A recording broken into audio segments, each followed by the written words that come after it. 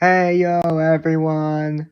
For today's video, I'm gonna be doing my first boss ranking video. So, what is it gonna be? Well, why are you asking that, man? You saw the thumbnail. You read the title. It's Undertale! So, I recently replayed Undertale, and it is just as amazing as I remembered it.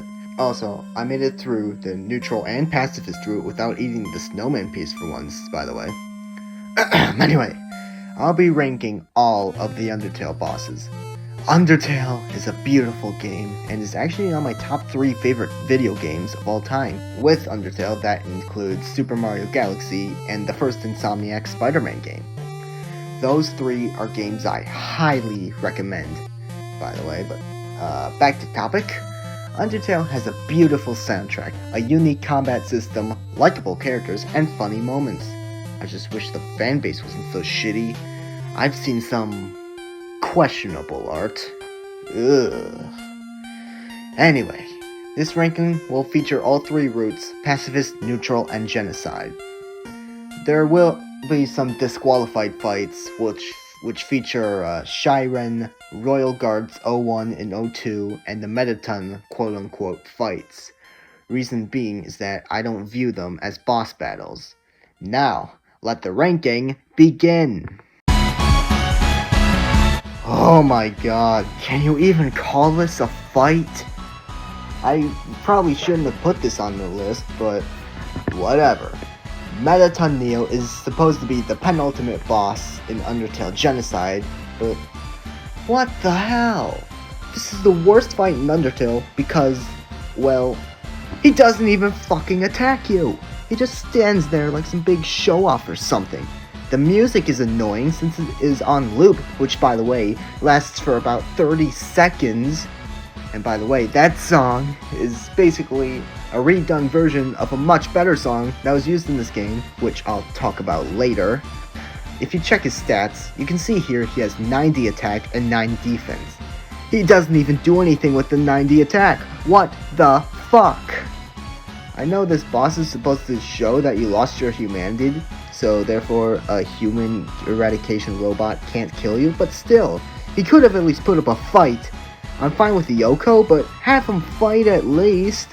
There are countless fan-made battles on YouTube, and they are all better than this. Like, I'm not even joking. All of them are much better than this. The design for Metaton Neo is pretty good, since his features somewhat resemble an anime villain.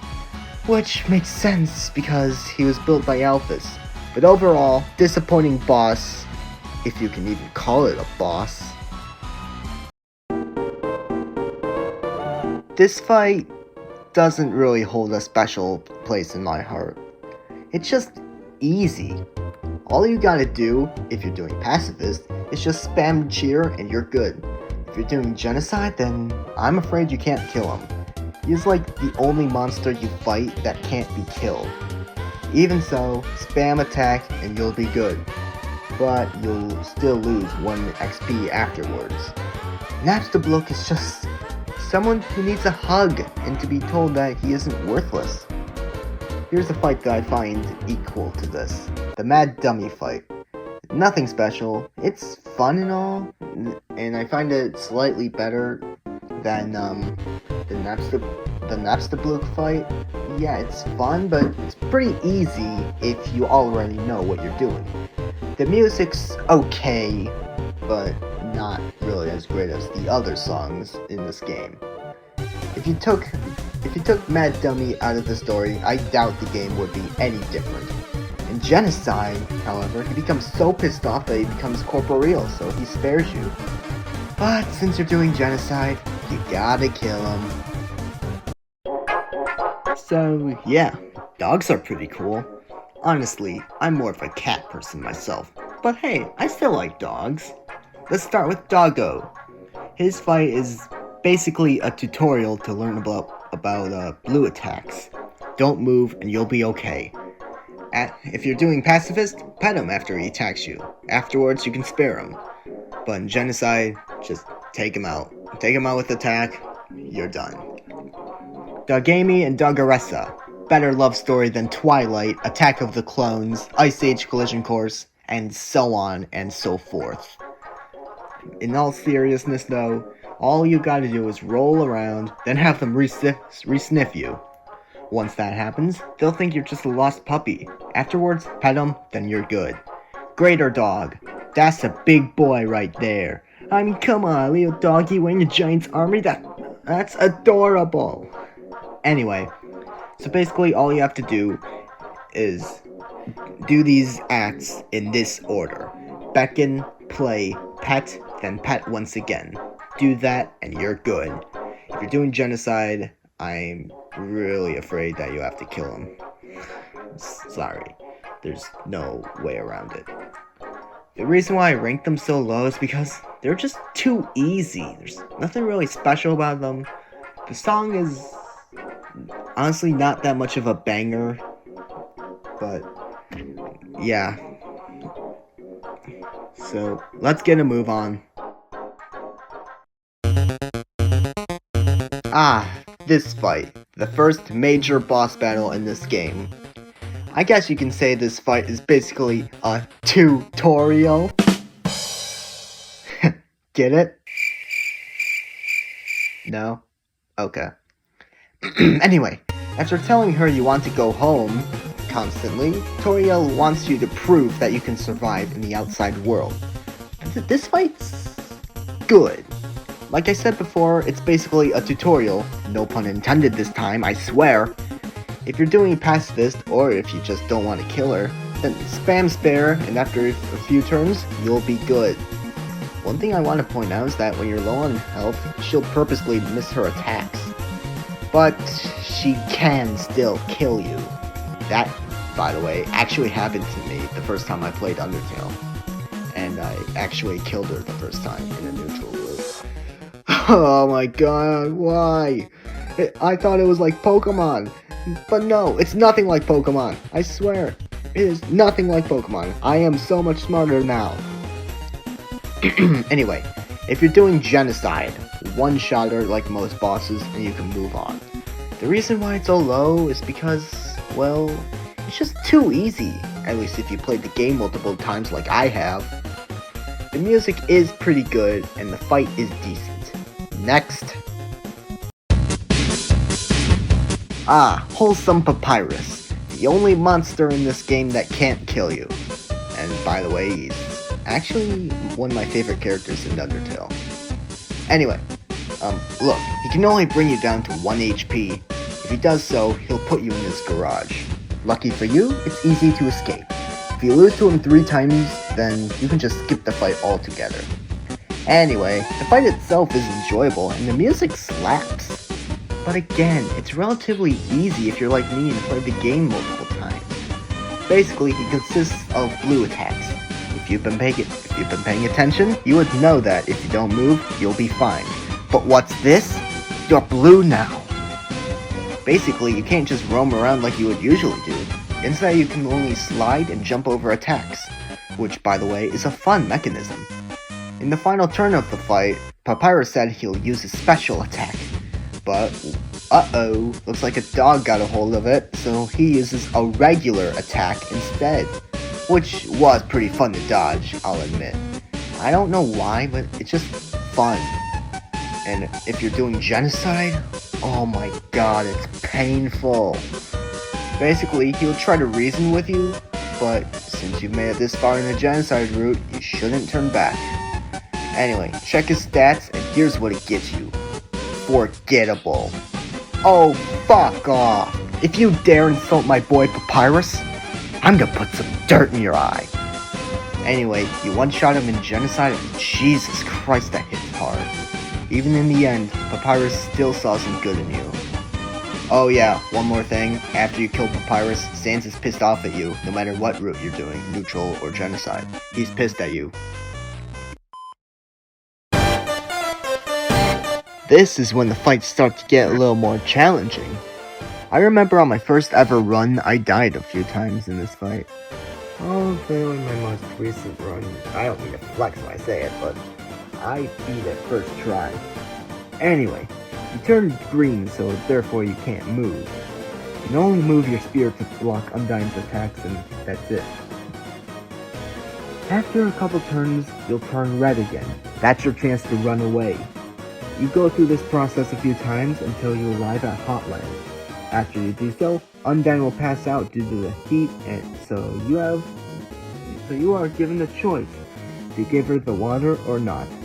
If you want to get the true pacifist ending, then you have to give her the water, because if you don't, you won't be able to hang out with her since she'll have heat stroke, making the true pacifist ending impossible. Anyways, the fight itself. The yellow attacks really mess with your head. At first it's fine, then it just gets all crazy, like, what the hell? You cannot go through this fight without taking damage. It's just impossible.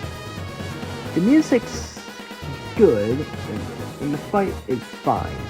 If you want to kill her in a neutral route, it's pretty brutal, not gonna lie.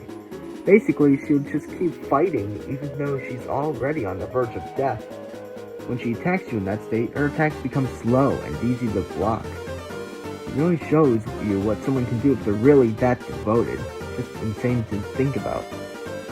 We'll talk about the genocide fight later on. What's this? You don't have any spider treats with you?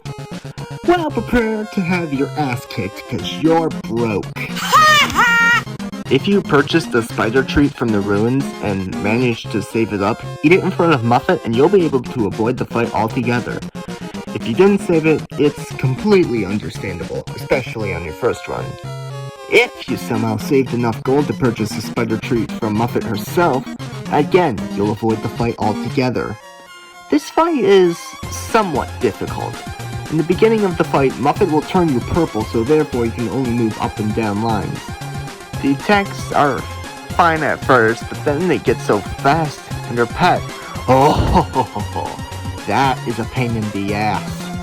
Basically, you have to keep going up while the spiders keep moving from side to side, but there's a giant spider thing at the bottom, so I end up spamming up and getting hit by the spiders, which is approximately 4 damage. You repeat this process 3 times, and the fight is over. Muffet will get a telegram saying you already bought something from the ruins, or if you didn't buy anything, it'll say you never killed a spider. Although in the genocide route, you can just one-shot her and call it a day. After you kill her, whether it is neutral or genocide, a spider will appear and place a flower where Muffet was killed. Aw, now I'm sad. A strange light fills the room. Twilight is shining through the barrier. It seems your journey is finally over. You're filled with determination.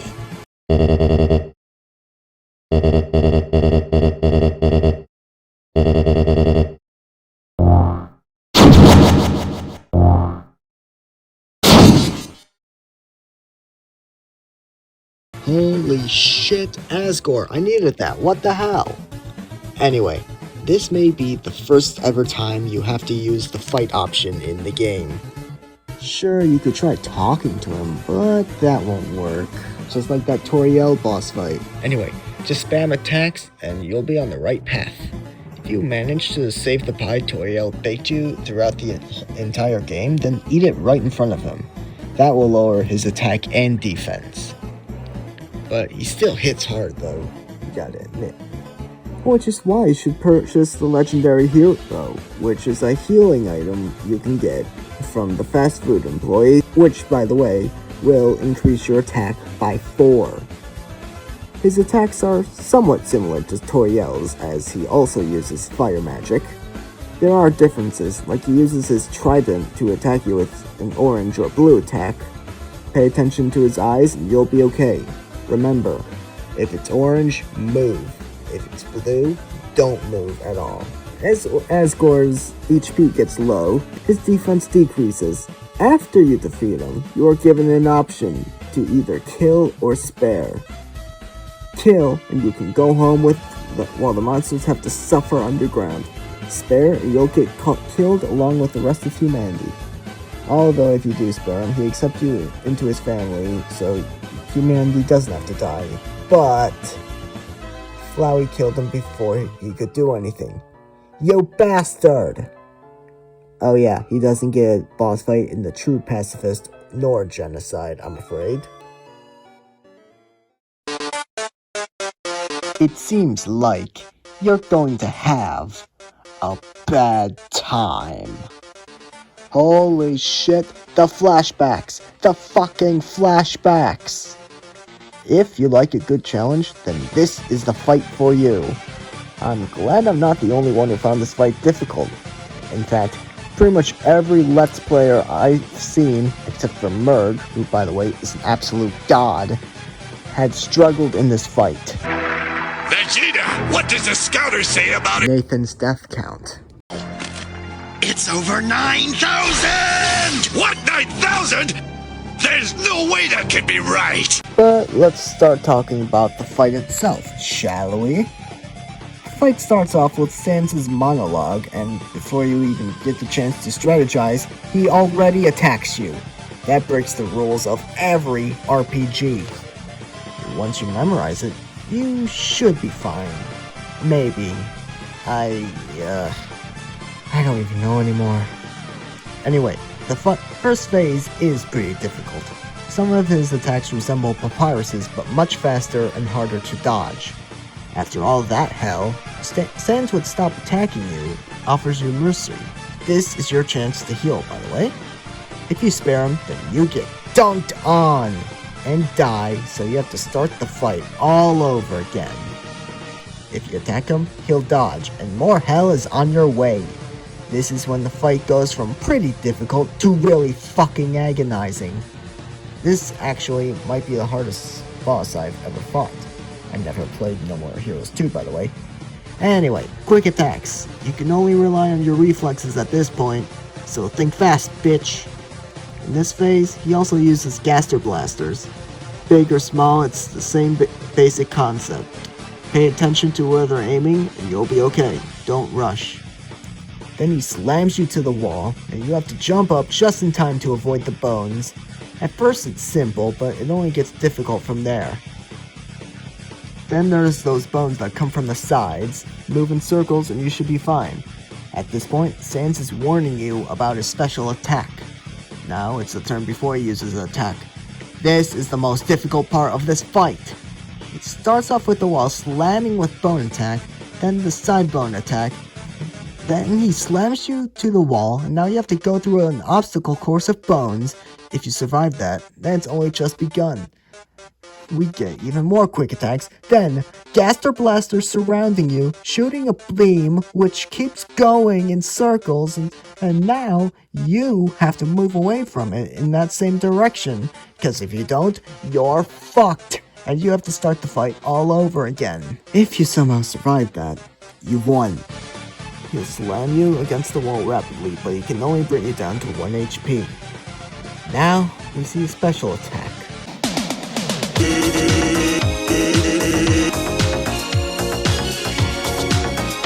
In all seriousness, the special attack is really nothing. He knows you're just gonna kill him in one of your turns, so it will be his turn until you give up. But he falls asleep. It's up to you to break the rules. Just go to the left side of the fight box thing and keep going until you are just above the fight option. Move down, then press the button. He'll dodge, but you hit him again, then he's dead. In his final moments, he's talking to his dead brother that you have killed, by the way, which it's really, really sad. The reason why this fight isn't higher on the list is because it's just way too difficult. Oh my god, this fight is fucking awesome! Especially the music that plays, which is titled Battle Against the True Hero, by the way. It's beautiful! A round of applause for Toby Fox, the man, the myth, the legend. Anyway, back to topic. What this fight has taught me is that just because you're a protagonist doesn't mean you're a hero. Kinda like Eren Yeager or Peter Griffin. Anyway, we start off ready to kill Monster Kid, but Undyne pulled a Piccolo and took the killing blow. It seemed like she would just be another one-hit kill. Or so you thought. Undyne is now filled with determination. This fight starts off similar to the other Undyne fight. You still turn green and the attacks are slow at first. But then there are those attacks that are unbearably slow. When you turn red, there's a barrage of spears waiting for you, which by the way you have to dodge. Then once you turn green again, there are yellow attacks which again really mess with my head. Then there's the spinning, rotating barrage of spears, which isn't really that difficult to dodge, but it ain't too easy either. Anyway, all yellow. There's no way in hell you can block them all. You can't. I'm sorry, but no. Then there are the spears that chase you. My advice, don't rush. Do that and you'll be okay. When you land the final blow, she'll tell you that Alfie's already evacuated everyone. Well, except for 40 idiots in Hotland and the core. Overall, this fight is pretty good. The music slaps, and it isn't too easy nor too difficult. It's just a good challenge. I also like the fact that Undyne the Undying is the only boss who doesn't get killed in one hit in the genocide route. Lights, camera, action! I love this boss fight, even more so than Asgore, simply because I just have a blast every time I fight him. The music slaps, the attacks are fun to dodge, and check out the ratings. I just have a blast posting and dodging attacks, unlike Asgore or Sans' attacks, which in my opinion feel rather tedious and not fun. If you're not confident about dodging, do a heel turn. They'll earn higher ratings if you get hit. Another way to get higher ratings is to eat a Glamburger. Also, you have to write an essay about why you love Mettaton. I typed legs, and he said that it's the correct answer. Oh, and here's something funny. If you type in ugly AF, he'll say that this is an essay about him, not about you.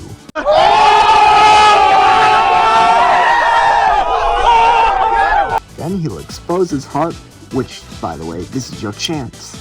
Just shoot it with your yellow pew-pew thing. Now, how are you on the dance floor? For me personally, this is my chance to boast. Lights, camera. Bombs? You want it? It's yours, my friend, as long as you have enough rubies. And we have a break. If you memorized when the break will happen, then boast before the turn starts. That way, there'll be no attacks to hit you in the first place. Shoot his heart with your yellow pew-pew thing once again, and his arms will fall off. This is when the fight gets intense. Another pew-pew thing versus heart, and hell yes, the legs attacking from the side, the bombs next to the heart, and the spreading lightning. One last stand against Mettaton. Once you win, his legs will be destroyed. If the ratings are 10,000 or higher, then congratulations, you win, the fight is over. If not, he'll keep attacking you until you either reach 10,000 viewers or kill him. If you reach 10,000 views, he'll get calls from his fans which convince him to stay in the underground. The only thing that has to die are Mettaton's batteries. If you kill him, he'll say you're strong enough to get past Asgore and that he can always be rebuilt by Alphys. Overall, this fight is just fun.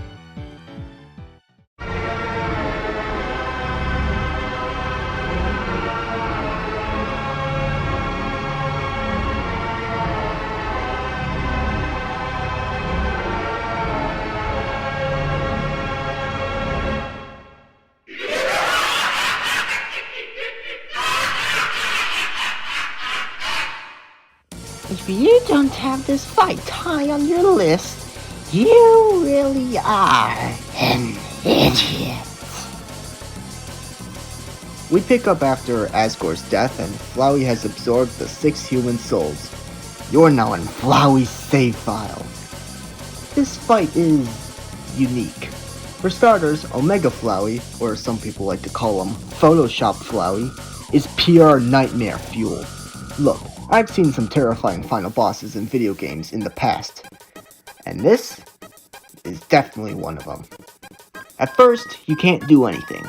When you attack him, you can only inflict 1 damage. So, what do? You need to free the souls. For each soul you save, the attacks vary depending on which soul you're trying to save, but it's the same idea. Wait until the act option appears, then press it to call for help. Do that and you'll be able to recover any lost HP. Repeat this process 5 more times and you've done it. Flowey's defense drops to 0 and this is your chance. The music's spectacular, which makes you feel hyped for the finale. He said it! This is actually one of my workout songs. Hell, I'm probably listening to this right now as I'm editing this video. This really gets you filled with determination. His HP reaches 0 and... You son of a bitch. After being killed at least 69 times, Flowey will ready his killing blow. The pellets just like in your first encounter with him. Call for help and... But nobody came. Well, shit. As you ready yourself for death, you actually recover HP. By who? Well, none other than the 6 human souls who then revolt against Flowey and the fight is over. Now, you are given a choice. To kill or spare. Either way, the ending wouldn't really change all that much. You kill him and he gives you that creepy ass smile as he succeeded in breaking your no-kills policy. Spare him, and at first he tells you to kill him, but then he starts threatening you to piss you off. But then he stops and runs away, somehow. Wait, how does that work? He doesn't even have legs.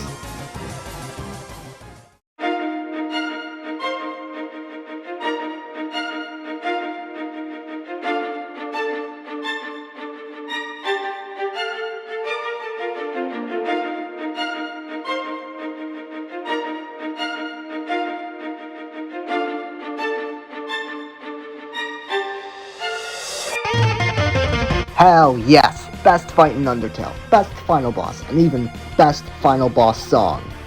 Yes, I like the song even more than songs like In the Final, Megalovania, Crowned, and so on and so forth. Toby Fox, you are a fucking genius.